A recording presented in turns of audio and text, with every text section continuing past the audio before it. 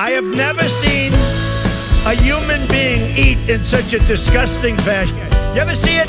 He's eating today, stuffing it. I never saw. This guy takes a pancake and he's shoving it in his mouth. He's Thank you, guys. bites this big. Thank you, guys. Not a big deal. He's pushing it in. We never saw a guy eat like this. I told my son, he was watching. He said, "Daddy, look." I said, "Don't watch." Little bites, little bites. It's disgusting. Do you want that for your president? I don't think so. Okay, I gotta eat now. What's about? Why don't some other people eat? Are you eating? I have never seen a human being eat in such a disgusting fashion. You ever see it? He's eating today, stuffing it. I never saw. This guy takes a pancake and he's shoving it in his mouth. He's Thank you, guys. bites this big. Not a big deal. He's pushing it in. We never saw a guy eat like this. I told my son, he was watching. He said, "Daddy, look." I said, "Don't watch." Little bites, little bites. It's disgusting. Do you want that for your president? I don't think so. Okay, I gotta eat now. What's about? Why don't some other people eat? Are you eating? I don't know how to break this. Donald Trump is very upset. We're offering women. He has discovered that women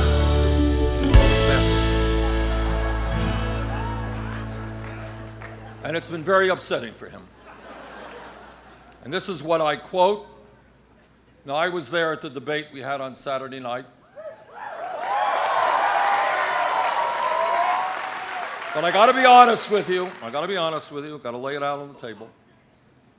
I also went to the bathroom. I know, I have to admit it. I guess I'm a man. Men are allowed to go to the bathroom, but women, what can we say? And this is the quote. I mean, this is the pathology. This is the guy who is leading in the Republican polls. This is what he said.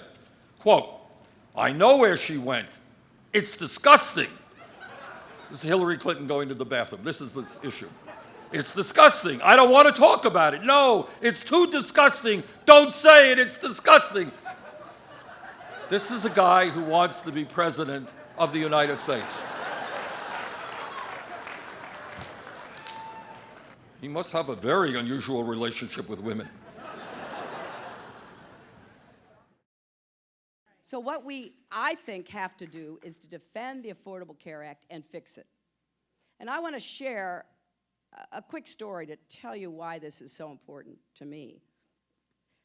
This is a letter from someone who's here, and she gave me this letter that I can read about it. She has to take a brand name drug. She's been taking it since the early 1980s.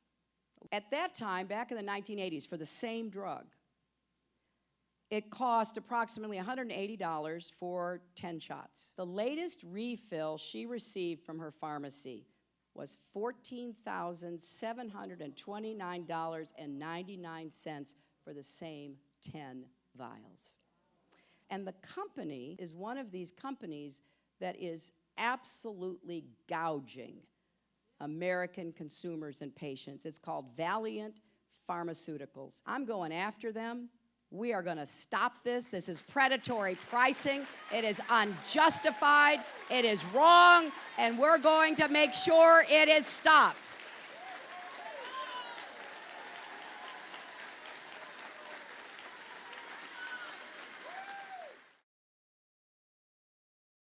He has taken politics to a new place with his negative branding of people, whether it's saying Jeb Bush is low energy or talking about Lion Ted Cruz. And for his supporters, it's really worked. He has lately taken to calling you, I believe, corrupt Hillary, and he's had some rather personal and pointed tweets. Have you learned anything from watching the way that Republicans dealt with him in the primaries that will inform how you will deal with such an unconventional candidate? Well, remember, I have a lot of experience dealing with men who sometimes get off the reservation in the way they behave and how they speak. I'm not going to deal with their temper tantrums or their bullying or their efforts to try to provoke me. He can say whatever he wants to say about me. I could really care less. I'm going to stand up for what I think the American people need and want in the next president. That's why I've laid out very specific plans. There's nothing secret about what I want to do with the economy, with education, with healthcare, with foreign policy. I've laid it all out there. And he can't, or he won't. I can't tell which. So we're going to talk about what we want to do for the country, and he can continue on his insult fest, but that's the choice he's making. After a major terrorist attack, every society faces a choice between fear and resolve. The world's great democracies can't sacrifice our values or turn our backs on those in need. Therefore, we must choose resolve, and we must lead the world to meet this threat. Now, let's be clear about what we're facing. Beyond Paris, in recent days, we've seen deadly terrorist attacks in Nigeria, Lebanon, Iraq, and Turkey, and a Russian civilian airline destroyed over the Sinai. At the heart of today's new landscape of terror is ISIS. They persecute religious and ethnic minorities, kidnap and behead civilians, murder children. They systematically enslave, torture, and rape women and girls. ISIS operates across three mutually reinforcing dimensions: a physical enclave in Iraq and Syria, an international terrorist network that includes affiliates across the region and beyond, and an ideological movement of radical jihadism. We have to target and defeat all three. And time is of the essence. ISIS is demonstrating new ambition, reach, and capabilities. We have to break the group's momentum, and then it's back. Our goal is not to deter or contain ISIS, but to defeat and destroy ISIS. But we have learned that we can score victories over terrorist leaders and networks only to face metastasizing threats down the road. So we also have to play and win the long game. We should pursue a comprehensive counterterrorism strategy, one that embeds our mission against ISIS within a broader struggle against radical jihadism that is bigger than any one group, whether it's Al-Qaeda or ISIS or some other network.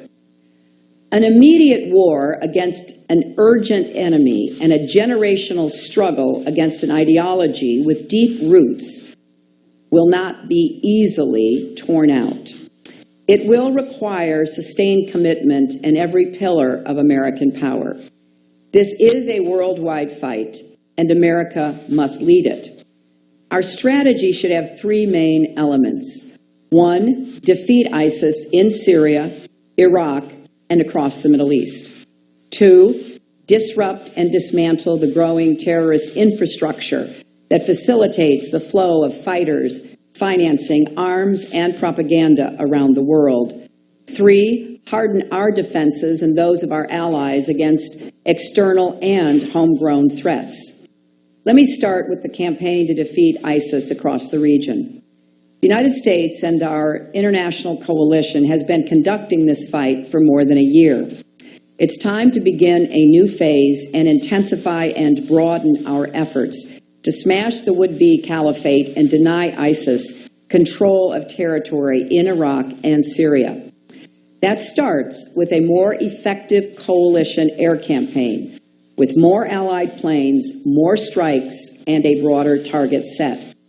A key obstacle standing in the way is a shortage of good intelligence about ISIS and its operations. So we need an immediate intelligence surge in the region, including technical assets, Arabic speakers with deep expertise in the Middle East, and even closer partnership with regional intelligence services. Our goal should be to achieve the kind of penetration we accomplished with Al-Qaeda in the past. This would help us identify and eliminate ISIS's command and control and its economic lifelines. A more effective coalition air campaign is necessary, but not sufficient. And we should be honest about the fact that to be successful, airstrikes will have to be combined with ground forces actually taking back more territory from ISIS. Like President Obama, I do not believe that we should again have 100,000 American troops in combat in the Middle East. That is just not the smart move to make here.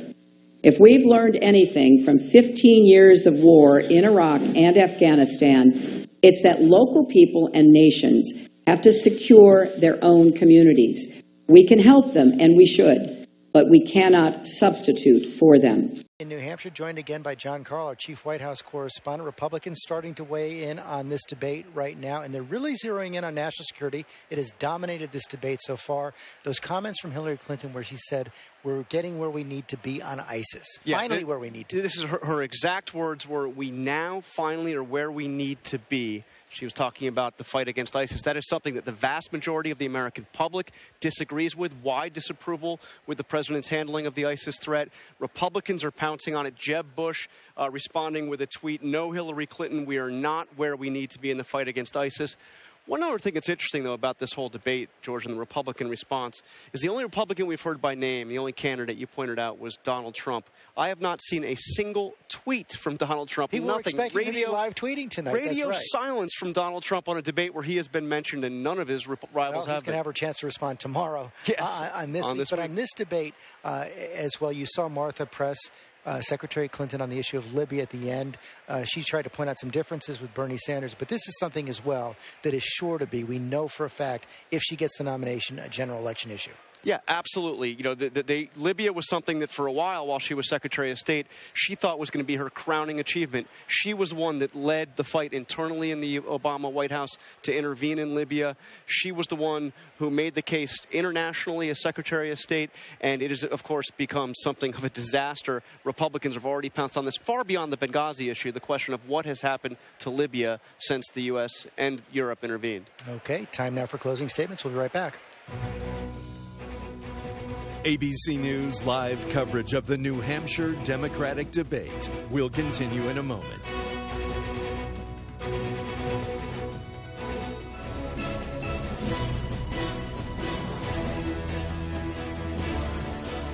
Hillary Clinton's recent announcement that she's running for president surprised nobody and marked the countdown to the 2016 election. So what do we really know about Hillary Clinton? Well, Hillary originally rose to prominence as President Bill Clinton's wife and First Lady of both Arkansas and the White House. Besides an embarrassing side role in her husband's alleged affairs, she played a very active part in the Clinton administration as an advisor and unofficial diplomat. She also pushed for health care reform, dubbed Hillary Care by conservatives, and championed the rights of minority women. Immediately after her stint as the First Lady, Hillary won a seat in the New York Senate in 2000. During her time in office, she supported military action in both Iraq and Afghanistan, and initially voted in favor of the Patriot Act. However, she also voted against two massive tax cuts and ultimately opposed the 2007 troop surge in Iraq, calling for a slow withdrawal. One of her final acts as senator was voting for the 2008 bank bailout. In 2008, Hillary campaigned to be the Democratic presidential candidate, but lost out to Barack Obama after a heated and financially record-breaking run for both. Despite competition between the two during the campaign, President Obama appointed Clinton as his Secretary of State for his first term. She continued to champion women's rights and gay rights as global issues. She also played a significant role in the U.S.'s action during the Arab Spring, as well as the killing of Osama bin Laden. However, her biggest challenge was following terror attacks on a U.S. embassy in Benghazi, Libya, that ended with the death of 4 Americans. Clinton was widely criticized after assuming responsibility for denying additional security for the embassy before the attacks. In 2012, Hillary resigned as Secretary of State, as she had been planning to do since 2010. For the first time since 1979, she became a private citizen. Although that lapse in service clearly hasn't lasted too long. So far, she has already been criticized in her current campaign for using a private email address during her time as Secretary of State. But we know one thing about Hillary Clinton. She's been dodging public controversy for the past 36 years and will be no stranger to the coming fight for the presidency. The world of media and politics can be a really strange place sometimes. Over on Seeker, Evan took a look at why Republicans have no equivalent to Jon Stewart and The Daily Show. It's not like there's nothing about liberalism worth making fun of. Indeed, Stewart himself often takes liberals to task for the superficiality of their beatnik factions and the inability to assert their point of view or advance their agenda. Check that video out in the description below, and thanks for watching TestTube.